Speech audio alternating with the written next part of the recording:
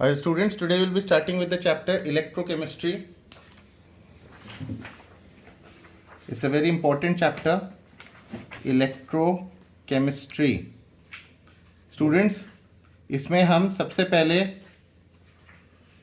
Electrochemical cell के बारे में पढ़ेंगे. दो प्रकार के सेल होते हैं, एक होता है इलेक्ट्रोकेमिकल सेल, एक होता है इलेक्ट्रोलिटिक सेल. तो आज की क्लास इलेक्ट्रोकेमिकल सेल पे डिवोटेड होगा. Electrochemical cell. इलेक्ट्रोकेमिकल सेल कौन होता है स्टूडेंट्स? इलेक्ट्रोकेमिकल सेल वो सेल होता है which converts, it is a cell that converts chemical energy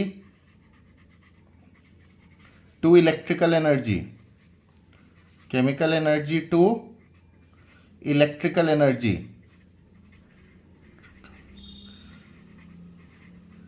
ठीक है, दो तरह के सेल होते हैं, एक इलेक्ट्रोकेमिकल एक इलेक्ट्रोलिटिक. हम इलेक्ट्रोकेमिकल सेल की बात कर रहे हैं. आज की पूरी क्लास इलेक्ट्रोकेमिकल सेल को डेडिकेटेड होगी. स्टूडेंट्स, इलेक्ट्रोकेमिकल सेल के कुछ फंडामेंटल चीज़ें होती हैं तो उस पर डिस्कस करते हैं, उसका कंस्ट्रक्शन वगैरह. तो स्टूडेंट्स, इलेक्ट्रोकेमिकल सेल में दो बीकर होते हैं.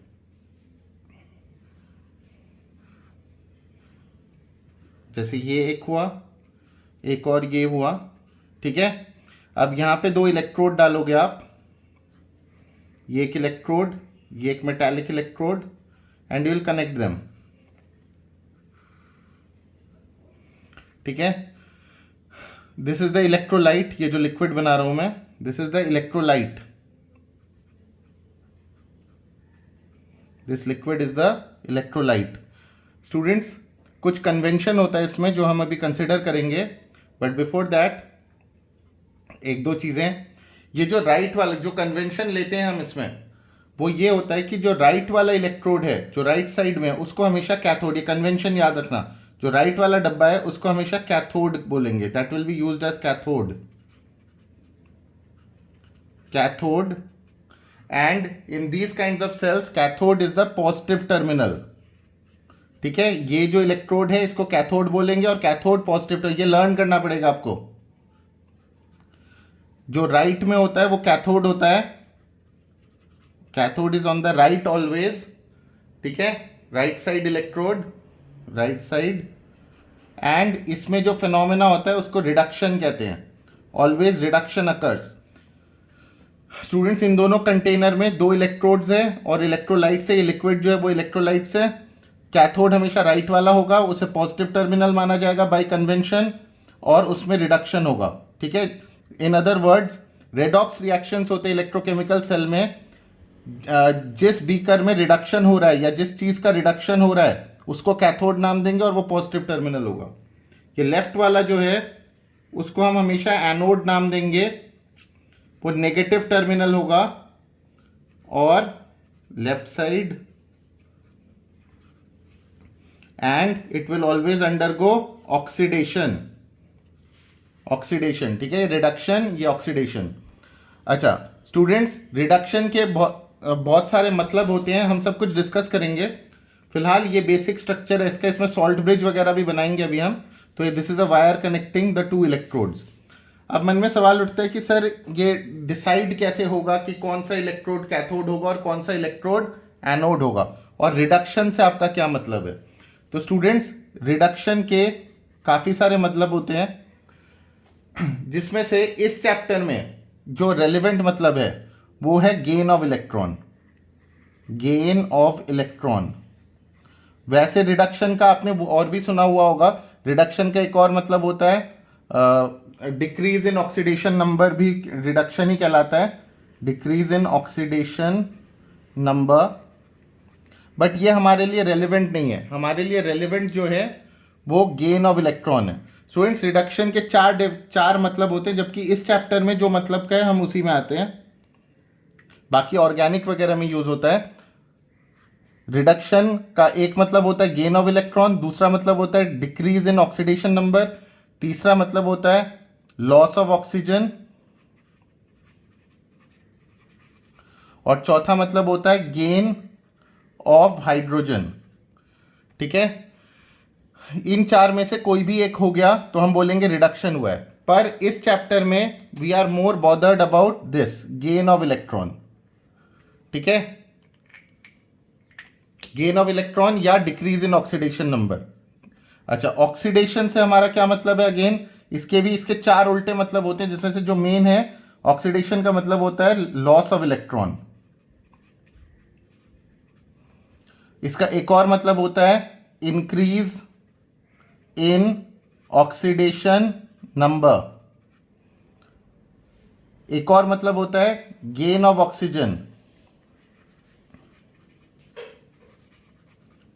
And one more meaning is loss of hydrogen, but we are more bothered about this, ठीक है।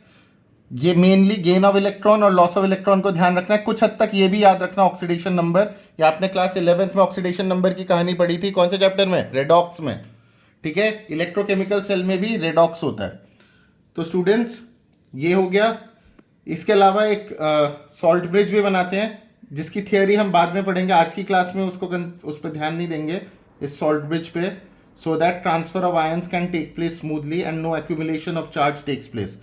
ये जो मैंने अभी बताया नो एक्यूमुलेशन ऑफ चार्ज वगैरह, इसको मैं किसी और क्लास में एक्सप्लेन करूंगा, वो फिलहाल आज की क्लास के पॉइंट ऑफ व्यू से रेलिवेंट नहीं है। ये जो ब्राउन में बनाया दैट इज सॉल्ट ब्रिज, इस पे हम आगे डिस्कशन करेंगे। आज की क्लास दूसरी चीज़ों से रिलेटेड है।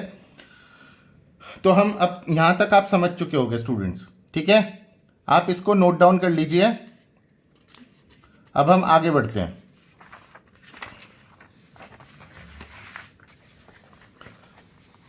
अच्छा स्टूडेंट्स,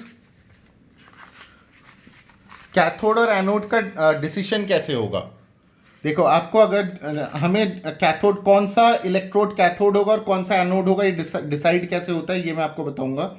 मान लीजिए दो इलेक्ट्रोड्स गिवन है, ठीक है, एक जिंक एक कॉपर, ठीक है। अब इन दोनों में से यहाँ पे जो हमें दो इलेक्ट्रोड्स की ज़रूरत है ना, हमें फिगर में, ये जो फिगर में हमें दो इलेक्ट्रोड्स गिवन है, आपको मान लो चॉइस दे देता है एक जिंक है एक कॉपर है, और आपको डिसाइड करना है कि कौन सा कैथोड है कौन सा एनोड है।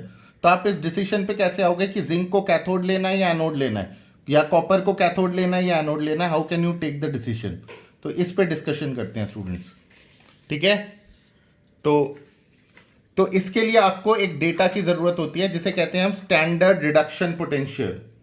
Standard reduction potential, it is represented by E not.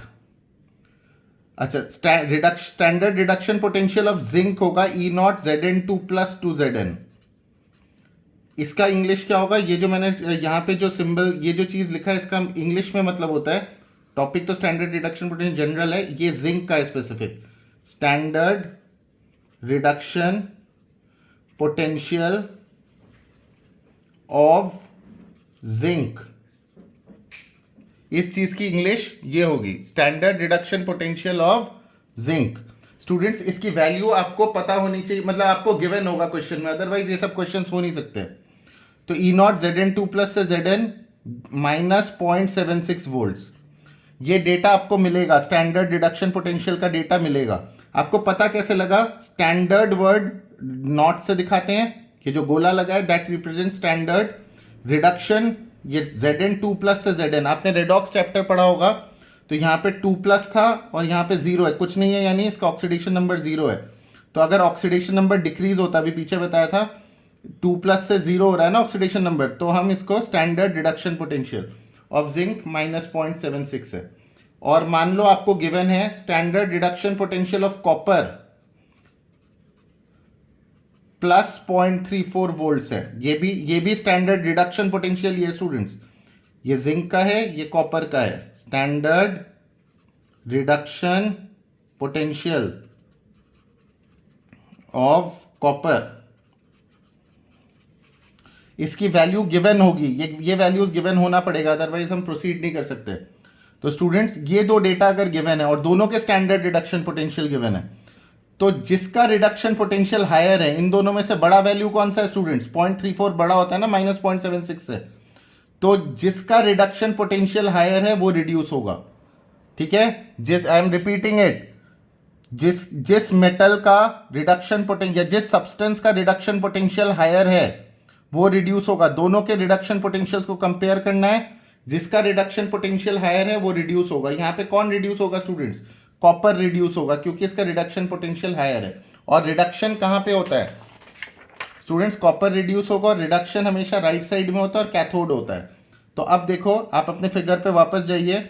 हमने डिसाइड कर लिया कि कॉपर को ही हम, ये जो कॉपर है यही कैथोड होगा। कैथोड तो पॉजिटिव होता है ये बाई कन्वेंशन। तो रिडक्शन अगर इसका होगा तो ऑक्सीडेशन जिंक का होगा। ऑक्सीडेशन हमेशा लेफ्ट साइड पे होता है, तो ये इलेक्ट्रोड जिंक होगा in this question. Is it clear? और ये नेगेटिव होगा, राइट? अच्छा, अब आगे बढ़ते हैं स्टूडेंट्स। जैसा कि मैंने डिस्कस किया आपके साथ, कैथोड पे कौन सा रिएक्शन होता है? रिडक्शन। तो कैथोड पे अगर रिडक्शन होता है तो उसका कॉरेस्पॉन्डिंग रिएक्शन लिख रहा हूं मैं यहाँ पे, at cathode.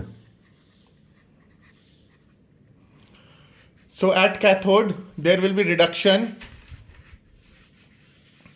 and reduction of copper का reaction क्या होगा student? Cu2 plus 2e minus gives copper। Cu2 plus से Cu बनाना है तो 2 इलेक्ट्रॉन खाएगा ये, 2 मोल्स ऑफ इलेक्ट्रॉन्स कहते हैं हम इसको, तो गिव्स कॉपर। ठीक है। और एट एनोड क्या होगा? अगर यहां पे रिडक्शन हो रहा है तो यहां पे ऑक्सीडेशन होगा स्टूडेंट। Zn2+ और Zn है मेरे पास। अब ये ध्यान रखना, कुछ बच्चे उठा के फिर से Zn2+ से Zn बना देंगे इसको देखते हुए, ऐसा कुछ नहीं है। हमें ऑक्सीडेशन करना है एनोड में। तो ऑक्सीडेशन किसको कहते हैं? Zn2+ से Zn को, या Zn से Zn2+ को। यह आपको मन में सोचना पड़ेगा स्टूडेंट्स। Zn2+ से Zn में तो ऑक्सीडेशन नंबर घट रहा है, तो ये रिडक्शन होता है। और यहां पे Zn से Zn2+ में जब ऐसे जा रहे हैं तब ऑक्सीडेशन हो रहा है। तो आपको ये Zn से Zn2+ और बैलेंस करने के लिए चार्ज यहां पे 2 इलेक्ट्रॉन डालने पड़ेंगे। ठीक है, आपको दिख रहा होगा सारा। अगर ओवरऑल सेल रिएक्शन चाहिए इनको, तो ओवरऑल रिएक्शन होगा, ओवरऑल रिएक्शन आप एरो के लेफ्ट साइड के डेटा को ऐड कर दोगे। एरो के लेफ्ट में कौन है? Cu2+ plus Zn। Students, electrons cancel हो जाएंगे, इस साइड के और उस साइड के इलेक्ट्रॉन्स कैंसिल हो जाएंगे।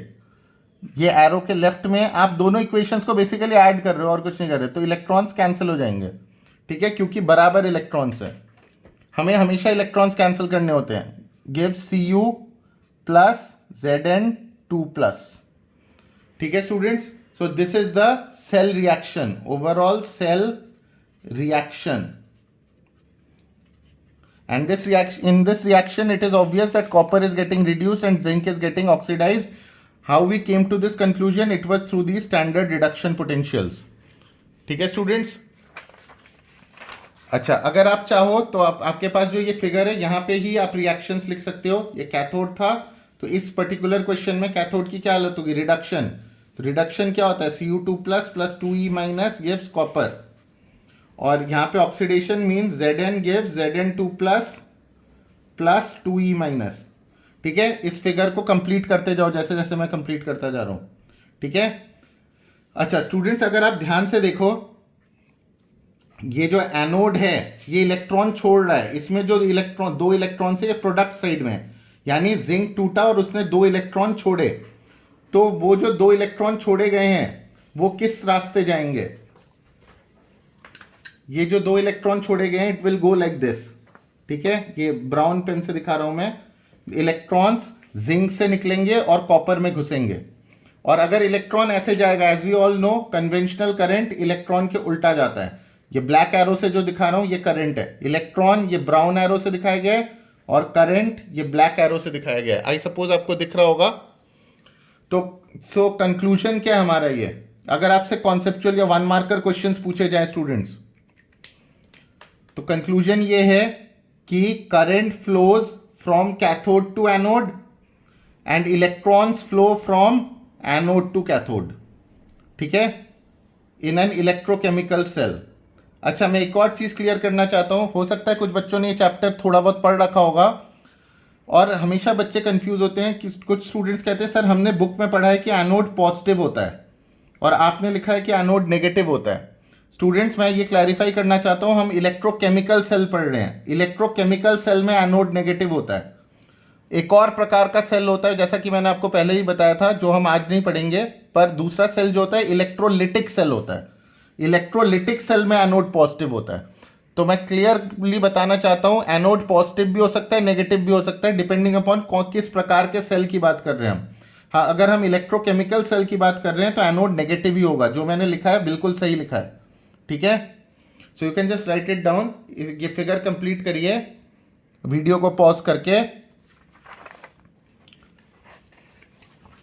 अच्छा, सो हम यहां तक आ गए स्टूडेंट्स। आपने ये लिख लिया होगा, इसको कंप्लीट कर लिया होगा, ये रिएक्शंस भी लिख लिए होंगे। तो दोनों रिएक्शन लिखने के बाद we come to this conclusion. अच्छा, अब हम आते हैं नेक्स्ट चीज पे। आपसे एक और चीज पूछा जाता है, standard EMF of cell. EMF का फुल फॉर्म होता है इलेक्ट्रोमोटिव फोर्स। इलेक्ट्रोमोटिव फोर्स आपके मैं आपको कुछ नोट्स दूंगा, उसमें ये सब लिखा होगा। Standard EMF of cell. तो student, standard EMF of cell को हम रिप्रेजेंट करते हैं ई नॉट सेल से। Standard EMF of cell is E not cell and its formula is E naught cathode minus E naught anode.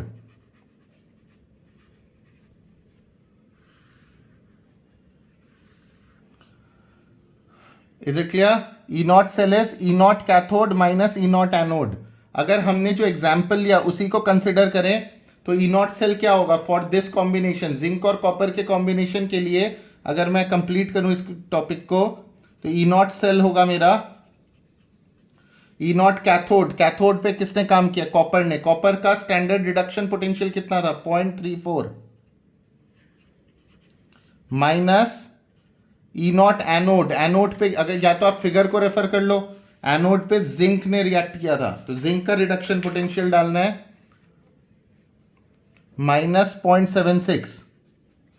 So this comes out to be 0.34 plus 0.76, that is 1.10 volts E not cell इस particular question के लिए। तो students, am I clear with this? ये कैसे निकाला जाता है? अच्छा, एक चीज मैं क्लैरिफाई करना चाहता हूं, अननेसेसरी कंफ्यूजन मत करना। E naught cathode minus E naught anode जब हम करते हैं तो सिंपल इनके वैल्यूज, इनके रिडक्शन पोटेंशियल्स के ही वैल्यूज डाले जाते हैं।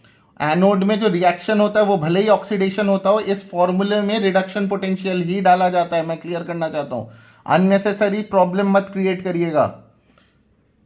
Standard reduction potential, standard given value of cathode minus standard given value of anode, और गिवन वैल्यू स्टैंडर्ड हमेशा रिडक्शन पोटेंशियल होना चाहिए। अच्छा, इंपॉर्टेंट नोट,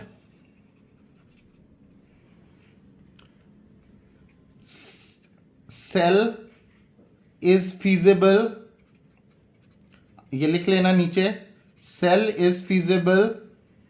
फीजिबल मतलब पॉसिबल, एग्जिस्ट कर सकता है only if E not cell is greater than 0।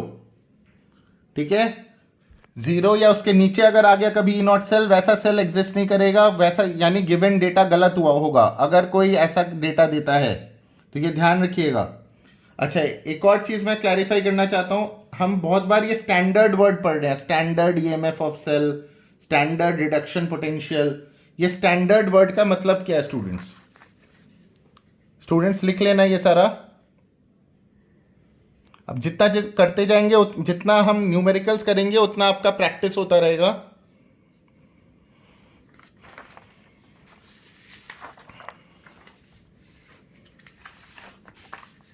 अच्छा, ये जो स्टैंडर्ड वर्ड है उसका मतलब होता है स्टैंडर्ड कंडीशंस। ये जो नॉट लगाते हैं ना सर पे, उसका मतलब क्या होता है वो जानना जरूरी है। स्टैंडर्ड कंडीशंस होते हैं इस चैप्टर में 298 kelvin and 298 kelvin and 1 molar concentration. 1 molar concentration मतलब ये हम फिगर में बताएंगे। एक तो रिएक्शन 298 केल्विन में कैरी होना चाहिए, कैरी आउट होना चाहिए स्टैंडर्ड कंडीशंस को सेटिस्फाई करने के लिए, और दूसरा ये जो आपका इलेक्ट्रोलाइट है, जैसे इस केस में कॉपर सल्फेट है और इस केस में जिंक सल्फेट है, ये जो लिक्विड है, ठीक है, ये 1 मोलर कंसेंट्रेशन होना चाहिए, तो स्टैंडर्ड कंडीशन सेटिस्फाई होते हैं हमारे। ठीक है स्टूडेंट्स, अब मन में सवाल उठता है कि अगर स्टैंडर्ड कंडीशंस नहीं है तो क्या होगा। अगर स्टैंडर्ड कंडीशंस नहीं गिवन है तो हमारा फॉर्मूला कौन सा होगा। So if for other conditions the formula becomes, इसके लिए हम एक यूज करते हैं फॉर्मूला जिसे कहते हैं Nernst equation. Nernst equation for EMF of cell,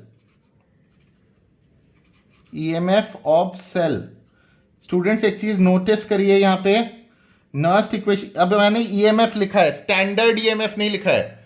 standard EMF तो वैसे ही निकल जाता था, E naught cathode minus E naught anode करके, पर मुझे ईएमएफ ऑफ सेल निकालना है। इसका एक अलग से फॉर्मूला होता है, नर्स्ट नाम के साइंटिस्ट ने दिया था, E cell is equal to E not cell, that we already know how to find, minus 0.0591 by n log product ions, concentration of product ion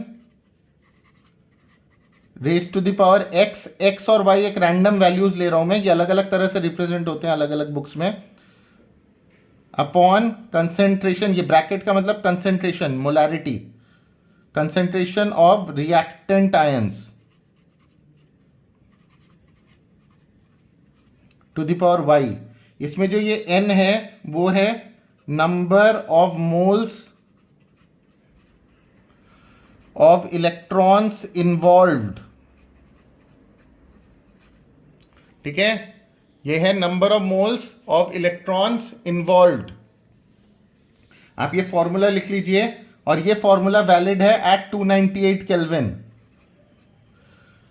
students इस फॉर्मूले को बॉक्स में डाल लीजिएगा, क्योंकि इसी को नर्स्ट इक्वेशन कहते हैं, एट 298 केल्विन। स्टूडेंट्स 99% क्वेश्चंस में ऐसा देखो, स्टैंडर्ड कंडीशन के होता है 298 केल्विन एंड 1 मोलर कंसेंट्रेशन। ठीक है, मैंने जितने क्वेश्चंस देखे हैं 99.9% क्वेश्चंस में टेम्परेचर से छेड़खानी नहीं होती है, टेम्परेचर 298 ही रहता है। ये जो कंसेंट्रेशन ऑफ द सोल्यूशन है वो ऊपर नीचे किया जाता है, 1 मोलर की जगह 0.1 मोलर, 10 मोलर, 15 मोलर, जिस वजह से स्टैंडर्ड कंडीशंस चेंज हो जाते हैं। इन दोनों में से इसको नहीं छेड़ा जाता, 99% न्यूमेरिकल्स में इसको छेड़ा जाता है।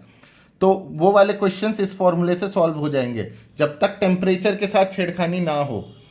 अगर टेम्परेचर के साथ भी छेड़खानी हो जाए, अगर दोनों चीज़ें बदल दी जाए, तो ये फॉर्मूला नहीं लगेगा, थोड़ा डिफरेंट फॉर्मूला लगेगा। बट 99% क्वेश्चंस में ये फॉर्मूला लग जाएगा, बिकॉज टेम्परेचर वो जनरली चेंज नहीं करते हैं, वो सिर्फ कंसेंट्रेशन के साथ मैनिपुलेशन करते हैं क्वेश्चंस में। तो स्टूडेंट्स यहां तक क्लियर है आपको? ई नॉट सेल आप कैसे, अच्छा ये एन कैसे निकालेंगे, मन में ये सवाल उठता है, और एन होता क्या है। Students let's go back to that question. ये जो हमारे पास ये जो कॉपर वाला जो क्वेश्चन था, इसी एग्जांपल से मैं सारा समझा देता हूँ। मैं रिपीट अगेन मैं इसका लिख रहा हूँ। ई नॉट सेल तो मैंने निकालना सिखा दिया था इस एग्जाम्पल का, copper sulphate zinc sulphate, copper और जिंक वाले का।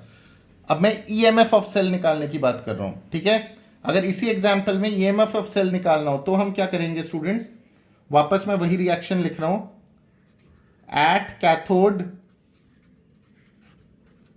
आई am just writing this down again, कुछ नया नहीं कर रहा। क्या होता है, Cu2 plus plus 2E minus gives copper, और एट एनोड ऑक्सीडेशन होगा, Zn gives Zn2 plus plus 2E minus. तो स्टूडेंट्स दोनों इक्वेशंस को ऐड करेंगे to get overall cell reaction. तो overall cell reaction would look like this. इसमें दो, देखो ये इलेक्ट्रॉन्स कटने चाहिए, अगर नहीं कटेंगे, मान लीजिए यहाँ 2 और यहाँ 3 है, तो एलसीएम लेके काटेंगे उनको। आगे के न्यूमेरिकल्स में हम ऐसा फेस करेंगे। फिलहाल तो ये 2 इलेक्ट्रॉन, ये भी 2 इलेक्ट्रॉन, तो ये कट जाएंगे। ऑन अदर साइड है एक दूसरे के, ये रिएक्टेंट में है, ये प्रोडक्ट में है, तो ये कट जाएंगे। ठीक है स्टूडेंट्स, ये सब तो मैं करा ही चुका हूँ, रिपीट ही हो रहा है, पीछे मैंने कर चुका हूँ ये। Plus Z N gives C U plus Z N two plus. ठीक है, तो ई नॉट सेल तो मैं पीछे निकाल चुका हूं, E naught cathode, E not cell मैं फिर से नहीं निकाल रहा, वो हमारा आया था 1.10 वोल्ट्स। अच्छा, ये जो एन है वो कितना होगा स्टूडेंट्स? ये जो नंबर लिखा होता है इलेक्ट्रॉन्स के आगे, number of moles of electrons involve, उसको एन कहते हैं। यहाँ पे 2 है, चाहे यहां देख लो चाहे यहां देख लो, बराबर नंबर होगा वो, इस नंबर को एन कहेंगे हम लोग। तो अगर मुझे ईएमएफ ऑफ सेल निकालना होता इस क्वेश्चन का, उसका एक्सप्रेशन क्या होता? E cell equal to E not cell तो 1.10 है, you getting it, minus 0.0591 by n log.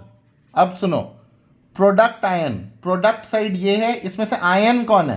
Concentration of product ion, तो इसमें से आयन कौन है? जिंक है, तो log concentration of Zn2 plus raise to the power x, x होता है इसका जो कोफिशिएंट हो, यहाँ पे कोई कोफिशिएंट नहीं है यानी 1, इसका concentration raise to the power 1, 1 लिखना ऑप्शनल है तो ऐसा कुछ नहीं। अगर यहाँ पे 2Zn2 प्लस होता तो यहाँ 2 लिखते हैं, यहाँ पे 3Zn2 प्लस होता तो सर पे 3 लिखते हैं, upon concentration of reactant ions. Students इसमें रिएक्टेंट कौन है? ये ओवरऑल रिएक्शन को देखो, इसमें 2 रिएक्टेंट्स हैं, पर आयन कौन है? ये तो मेटल है, आयन कौन है? आयन से मतलब रखना है Cu2 plus. So this is the presentation, इसमें n की वैल्यू 2 डाल देंगे। स्टूडेंट्स ये कोई न्यूमेरिकल नहीं था, मैं बस प्रेजेंटेशन दे रहा हूं। न्यूमेरिकल जब आएगा ये Zn2 प्लस की वैल्यू गिवन होगी आपको, ऐसा ही कुछ 1 मोलर 10 मोलर 15 मोलर 0.1 मोलर कुछ भी, आगे न्यूमेरिकल्स में वो क्लियर होगा। और Cu2 प्लस का भी कंसेंट्रेशन गिवन होगा, you just have to put the data in. तो I will repeat, E not cell पहले निकालोगे। ई नॉट सेल कैसे निकालते हैं? E naught cathode minus E naught anode. E not cell कैसे निकालते हैं फिर से लिख देता हूं, E naught cathode minus E naught anode. E not cell निकालना है, फिर कैथोड एनोड का रिएक्शन लिखना है, ओवरऑल सेल रिएक्शन लिखना है, उसके बाद अकॉर्डिंगली डेटा डालना है, एन निकाल के डेटा डाल देना, आंसर आ जाएगा। अभी क्वेश्चंस करेंगे हम तो आपको और क्लैरिटी मिलेगी जैसे जैसे क्वेश्चंस मिलते जाए। स्टूडेंट्स इस इक्वेशन को बनाने के लिए बेसिकली हमें ओवरऑल सेल रिएक्शन की जरूरत होती है। अगर कुछ न्यूमेरिकल्स में, एनसीईआरटी के कुछ क्वेश्चंस में overall cell reaction already given होगा, अगर मान लो कोई ये ऐसा रिएक्शन दे देता है तो आपको पीछे के स्टेप्स करने ही नहीं है, सीधे उठा के यहाँ चिपका देना value. Product ion Zn2 plus है, रिएक्टेंट आयन Cu2 प्लस है।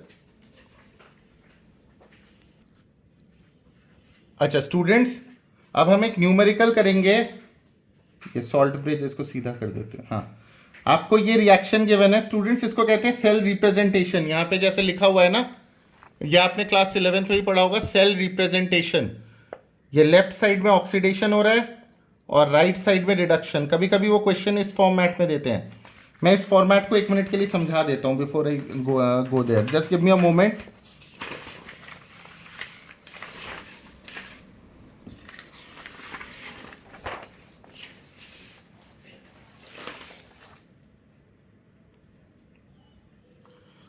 अच्छा स्टूडेंट्स देखो, मैं वो पीछे वाले पेज पे वापस आ गया हूँ। ये जो हमने रिएक्शन किया था ना कॉपर का, जो फंडामेंटल रिएक्शन था जिसमें ओवरऑल रिएक्शन ये आया था, इसका एक चीज मैंने, एक और चीज मुझे बताना था, सेल रिप्रेजेंटेशन। सेल रिप्रेजेंटेशन, ठीक है। तो ये ओवरऑल रिएक्शन देखना है। इस रिएक्शन में जो ऑक्सीडेशन होता है, आपको जैसा कि पता है रिडक्शन राइट में होता है और ऑक्सीडेशन लेफ्ट वाले इलेक्ट्रोड में होता है। तो आपका लेफ्ट साइड पे एनोड यानी Zn2 प्लस लिखना है आपको, Zn2 प्लस, ये सॉल्ट ब्रिज को रिप्रेजेंट करता है। और राइट साइड में आपको, लेफ्ट साइड में हमेशा आपको एनोड का रिएक्शन लिखना होता है यानी ऑक्सीडेशन, और राइट साइड में आपको हमेशा कैथोड Cu2 प्लस से Cu, ये यहां से दिख रहा है आपको। देखो 2 काम हुए हैं, Cu2 प्लस Cu में गया और Zn2 प्लस में गया है। तो आप हमेशा लेफ्ट साइड में ऑक्सीडेशन लिखोगे, Zn से Zn2 प्लस ऑक्सीडाइज। कैसे पता लग रहा है? ऑक्सीडेशन नंबर बढ़ रहा है। और कॉपर रिड्यूस हो रहा है. So this is called cell representation where left side is anode and right side is cathode, as I have told you earlier also. So let us do one question, one numerical. तो students ये numerical आपको दिख रहा होगा. Calculate the EMF. ध्यान रखिए EMF चाहिए, standard EMF नहीं, ईएमएफ. तो लंबा वाला क्वेश्चन है. एट 298 केल्विन, देखो मैंने बोला था 298 ही देते हैं. क्रोमियम सॉलिड इतना है. क्रोमियम आयन का कंसेंट्रेशन गिवन है 0.1. स्टूडेंट्स इन्होंने क्लियर कर दिया Cr से Cr3+ जा रहा है, यानी क्रोमियम ऑक्सीडाइज हो रहा है और आयरन रिड्यूस हो रहा है. स्टैंडर्ड रिडक्शन पोटेंशियल देने की जरूरत नहीं थी. अच्छा, E0 सेल गिवन है पॉजिटिव 0.30 वोल्ट्स. तो स्टूडेंट्स धीरे धीरे इसको करेंगे सोल्यूशन. अच्छा, हमें क्या चाहिए? E cell. ई सेल के लिए किस किस चीज की जरूरत है? एक तो E0 सेल की, वो ऑलरेडी गिवन है. अगर नहीं गिवन होता तो E0 cathode minus E0 anode करते, पर गिवन है तो हमें क्या दिक्कत है? Minus 0.0591 by n log concentration of product. मैं पूरा जगह नहीं है मेरे पास, तो प्रोडक्ट आयन शॉर्ट में लिख रहा हूं to the power x upon reactant ion to the power y. ठीक है, जहां पे लिखा है मैंने product ion to the power x upon reactant ion to the power y. तो मुझे इसकी जरूरत है, तो मुझे सॉल्व करने के लिए n की भी जरूरत पड़ेगी. तो स्टूडेंट्स यहां से हमें क्या पता लग रहा है? ये जो है ये एनोड है. एनोड पे क्या रिएक्शन हो रहा है? फटाफट हम सेल रिएक्शन बनाएंगे. एट एनोड Cr से Cr3+, इन्होंने बता दिया ऑलरेडी, हमें कंपेयर करने की जरूरत ही नहीं, इन्होंने फाइनल सेल रिप्रेजेंटेशन दे दिया है. तो Cr से Cr3+, तो इलेक्ट्रॉन्स कितने डालें और किस साइड डालें? इधर 0 है, इधर 3+ है. इलेक्ट्रॉन्स तो नेगेटिव होते हैं ना, तो 3e- आएगा एनोड पे. ठीक है, क्योंकि एनोड पे ऑक्सीडेशन होता है और लेफ्ट साइड पे भी है ये. एट कैथोड क्या होगा स्टूडेंट्स? Fe2+ से Fe बनेगा. तो Fe2+ से Fe बन रहा है, तो इलेक्ट्रॉन किस साइड ऐड होगा? इस साइड. 2 इलेक्ट्रॉन्स. क्यों? क्योंकि ओवरऑल चार्ज 0 करना है ना. यहां पे 2+ है तो 2 इलेक्ट्रॉन डालेंगे, 0 हो जाएगा charge. Left side right side charge balance करना होता है. ठीक है, इन इंडिविजुअल. अच्छा, अब स्टूडेंट्स इन दोनों को ऐड करते हैं. ओवरऑल रिएक्शन चाहिए हमें. क्यों चाहिए हमें ओवरऑल रिएक्शन? क्योंकि ओवरऑल रिएक्शन के बगैर हम प्रोडक्ट आयन और रिएक्टेंट आयन की कंसेंट्रेशन पे क्या पावर लगेगा ये सब नहीं डाल पाएंगे अभी. और एन की भी ज़रूरत है मुझे. अब सुनते जाओ. फर्स्ट स्टेप, अब ध्यान से याद रखना. इधर 2 इलेक्ट्रॉन है, एरो के लेफ्ट में हम दोनों रिएक्शंस को ऐड कर रहे हैं, और एरो के राइट में 3 इलेक्ट्रॉन है. तो ये इलेक्ट्रॉन्स कटेंगे नहीं कटेंगे ना. पिछले क्वेश्चन में तो कट रहे थे. कॉपर जिंक में 2, इधर भी 2 इधर भी 2, मस्ती से हमने काट दिया. यहाँ पे ये सब नहीं चलेगा. तो हमें इस पूरे को, हमें एलसीएम लेना पड़ेगा. इस पूरे को 2 से मल्टीप्लाई, दिख रहा है ना आपको, और इस पूरे को 3 से मल्टीप्लाई करना पड़ेगा पूरे रिएक्शन को. तो इसके इलेक्ट्रॉन 6 हो गए, ऊपर भी 6 हो गए, कट जाएंगे. एंड देन जब ये कट पिट गए फिर इनको ऐड कर दो. तो लेफ्ट साइड में क्या बचा? Cr plus Fe2+ gives, right side में क्या बचा? Cr3+ plus Fe. ठीक है स्टूडेंट्स, ये ओवरऑल सेल रिएक्शन. अब हम यहां पे प्रोसीड करते हैं ई सेल को निकालने में. तो ई सेल मैं बोल बोल के कर रहा हूं, अगर छोटा दिख रहा है तो कोई बात नहीं, आप सुन लीजिए. Equal to E0 cell. E0 cell already given है 0.30. 0 पीछे का 0 लिखने का कोई मतलब नहीं है, ये तो आपको मैथ्स का पता ही होगा. Minus 0.0591 by n. कितने number of moles of electrons involve है, चाहे ऊपर देख लो चाहे नीचे. 3 × 2 6. ठीक है, ई के साइड, ई का जो कोफिशिएंट है वो लिखा जाता है, तो 6 into concentration of product ion. Product देखो, प्रोडक्ट्स ये 2 है, इसमें से आयन कौन है? Cr3+. स्टूडेंट्स Cr3+ का कंसेंट्रेशन, अच्छा एक मिनट, एक गलती हुई है स्टूडेंट्स, इसको ठीक कर लेते हैं. सिली मिस्टेक हो गया है. ये Cr है, इसको 2 से मल्टीप्लाई करना था. आई एम सॉरी, ये 2. ठीक है ना, इसको जब 2 से किया था 2Cr प्लस 2Cr3+. इसको जब 3 से किया था तो ये 3 और ये 3. Okay, now let's come back to the question again. E cell equal to E not cell तो 0.3 है माइनस 0.0591 बाई एन. एन कितना है? 6 है. स्टूडेंट जो मैंने सिली मिस्टेक किया था वो आप मत करना, ध्यान रखिएगा, वो पकड़ में आ गया था मेरे भी. जब हम इसको 2 से मल्टीप्लाई करते हैं तो सी आर भी 2 हो जाएगा और ये भी 2 हो जाएगा और ये भी 6 हो जाएगा.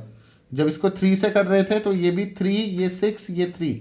तो जब आप ऐड करोगे दोनों को तो यहाँ पे सी आर मत लिख देना, 2 सी आर, क्योंकि 2 से मल्टीप्लाई हुआ है ये. ठीक है, एरो के लेफ्ट में 2 सी आर है और 3 Fe2 प्लस है. ये इलेक्ट्रॉन्स तो कट गए 6 6 होके.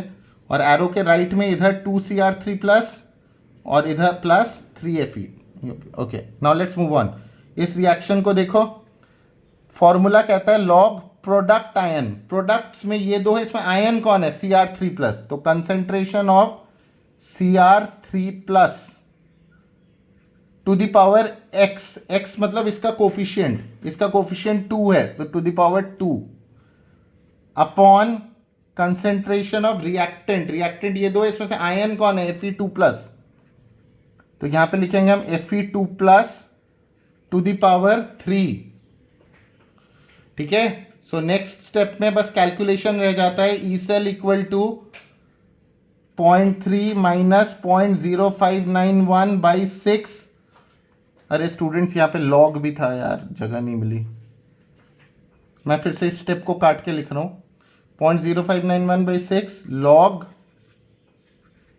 कंसेंट्रेशन ऑफ Cr3 प्लस का स्क्वायर अपॉन Fe2 प्लस का क्यूब. ठीक है, अब आप यहाँ पे वैल्यू डालोगे. E cell equal to 0.3 minus 0.0591 by 6 log Cr3 plus का जो कंसेंट्रेशन है वो यहाँ से देखो 0.1. 0.1 मतलब 10 के पावर -1 का स्क्वायर अपॉन Fe2 प्लस का जो कंसेंट्रेशन है वो 10 के पावर -2 का क्यूब.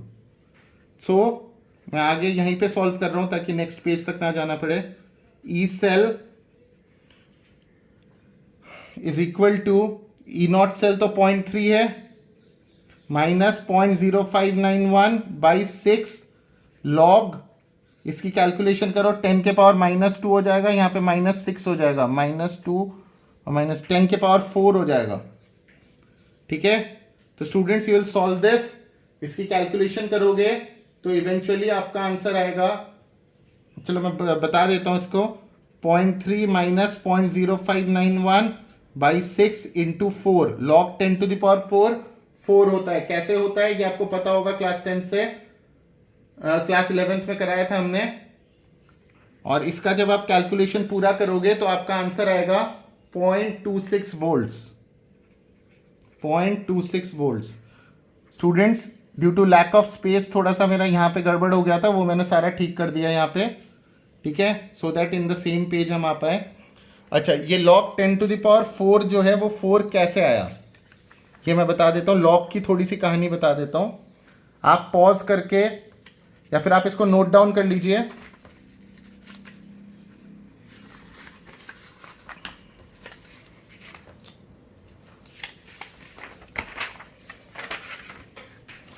स्टूडेंट्स लॉग की स्टोरी क्या होती है? लॉग 1 0 होता है, लॉग 2 0.301 होता है, लॉग 3 0.477 होता है, लॉग 5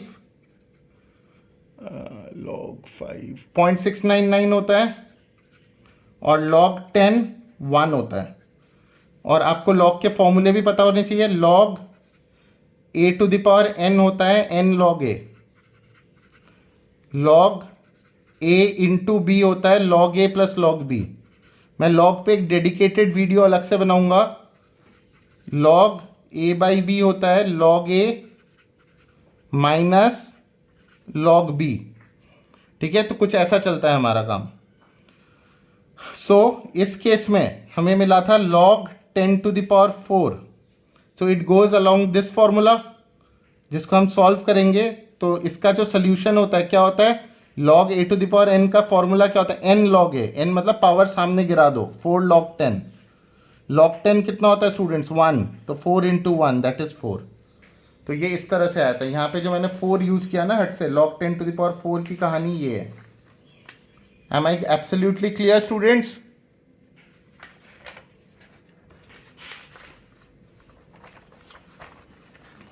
स्टूडेंट्स एक और क्वेश्चन करेंगे।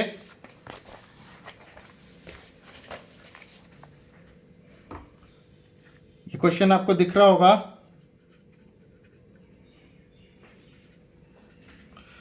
Nernst equation, write the Nernst and calculate the EMF of the following cell. अब हम थोड़ी जल्दी करेंगे, ठीक है।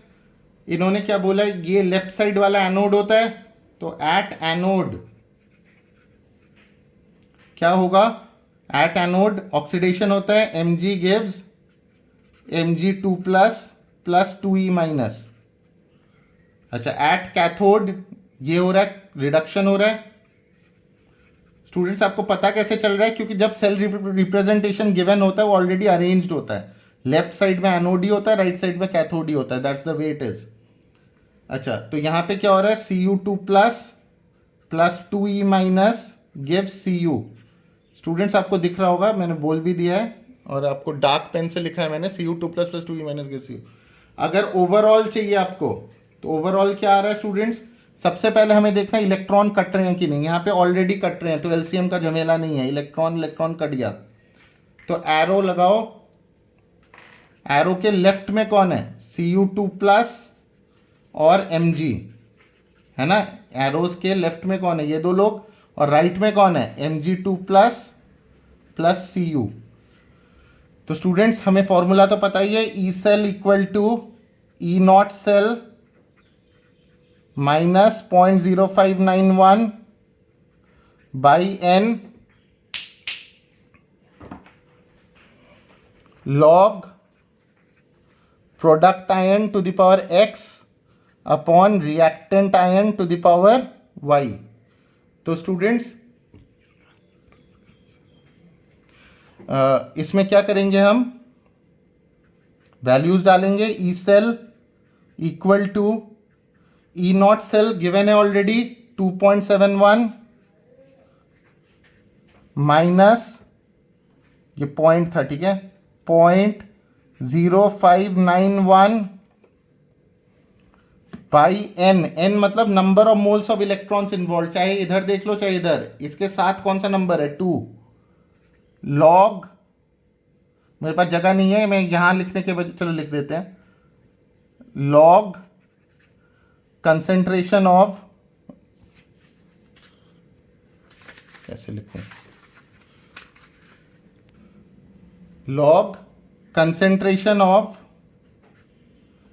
प्रोडक्ट आयन, प्रोडक्ट में ये दो लोग हैं जिसमें से आयन Mg2 प्लस है, अपॉन कंसेंट्रेशन ऑफ रिएक्टेंट्स में ये दो लोग हैं जिसमें से Cu2 प्लस है। सो इसको अलग रखते हैं। This implies E cell equal to students 2.71 minus 0.0591 by 2 log Mg2 plus की कंसेंट्रेशन कितनी गिवन है स्टूडेंट्स, 0.1 यानी 10 के पावर -1 अपॉन रिएक्टेंट्स की ये Cu2 प्लस की 10 के पावर -2। तो इतना तो आप सॉल्व कर ही लोगे।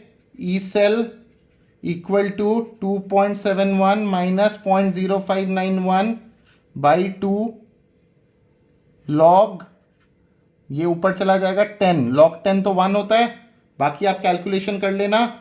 ई सेल आएगा हमारा, आपका ई सेल आएगा 2.68 वोल्ट। स्टूडेंट्स मुझे उम्मीद है कि आज की क्लास क्लियर है आपको। Thank you.